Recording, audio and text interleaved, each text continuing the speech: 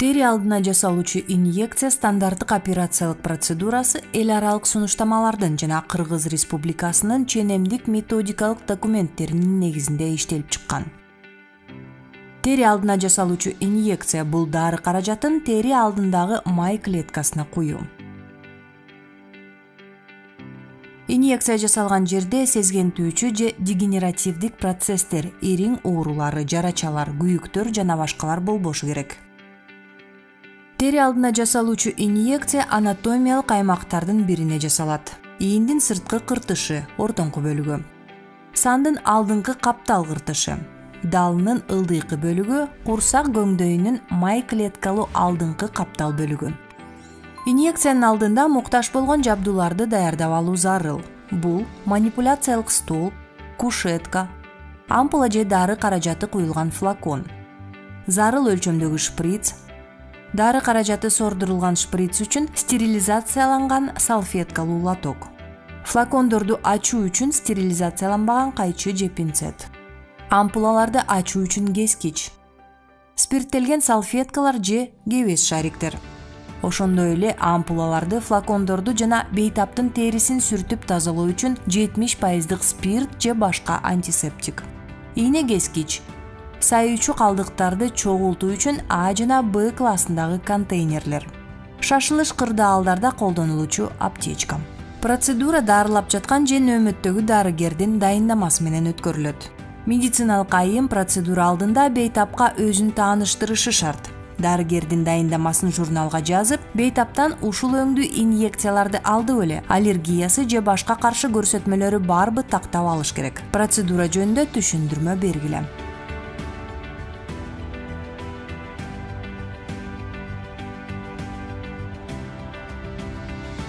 Бейтапка ыңгайлашып отурууну сунуштагыла. Эреже боюнча колдорду антисептик менен тазалап алабыз.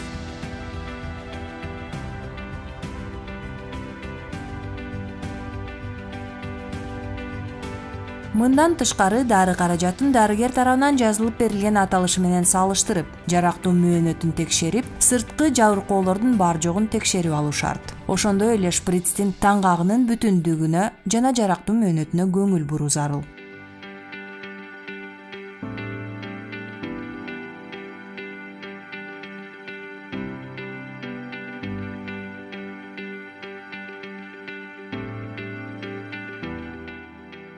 Андан соң дарыны шприцке сордуруп алабыз.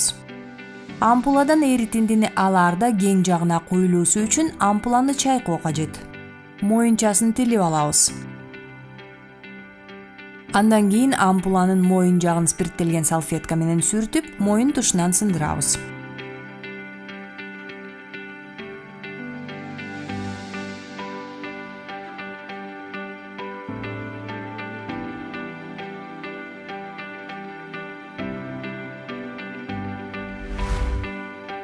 Препаратты сордуруп алып, шприцтеги абаны чыгарып салабыз. Зарылчылыгына жараша бир кол менен калпакчасын кийгизип, шприцти стерилизацияланган салфеткалуу лотокко салып койсо болот.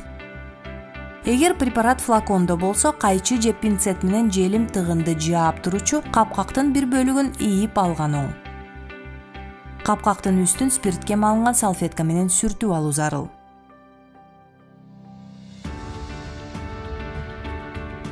Ийнени капкак аркылуу 90 градуска тик кармап киргизебиз. Флаконду көмкөрүп жиберип, эритиндини шприцке сордуруп алабыз.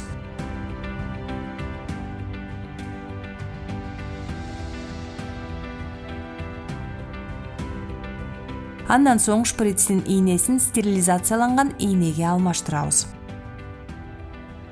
Ийнеден калпакчаны албай туруп, шприцтен абаны чыгарып салуу керек.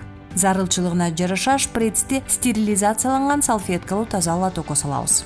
Колду антисептик менен тазалагыла.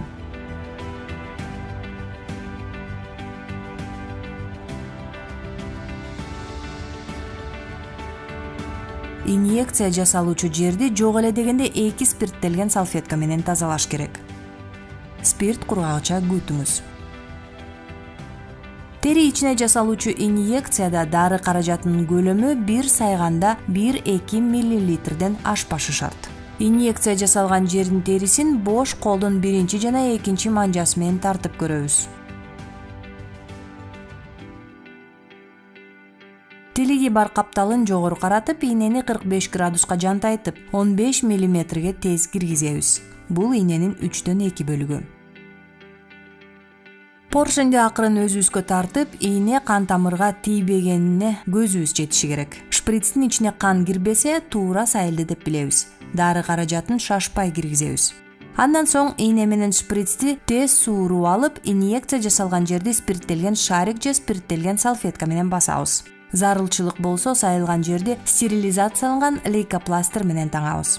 Инъекциядан кийин колдонулган шприцти ийне кескичке коюп, ийнесин сындырабыз. Шприцтин пластик бөлүгү менен салфетканы Б классындагы медициналык таштандылар үчүн контейнерге ыргытабыз. Бейтаптын терисине тийген иштетилген материалдарды Б классындагы таштандылар үчүн контейнерге салуу зарыл. Териге тийбеген бош флакон жана башка иштетилген материалдарды А классындагы таштандылар үчүн контейнерге жөнөтөбүз. Гигиеналык эрежелерге ылайык колду тазалайбыз. Процедурадан кийин 20-25 мүнөт өткөн соң бейтаптын абалын сурап, препаратка болгон реакциясын баалаңыз. Эгер бейтап абалынын начарлаганына арызданса, дарылап жаткан жен өмөттөгү дарыгерге билдириңиз.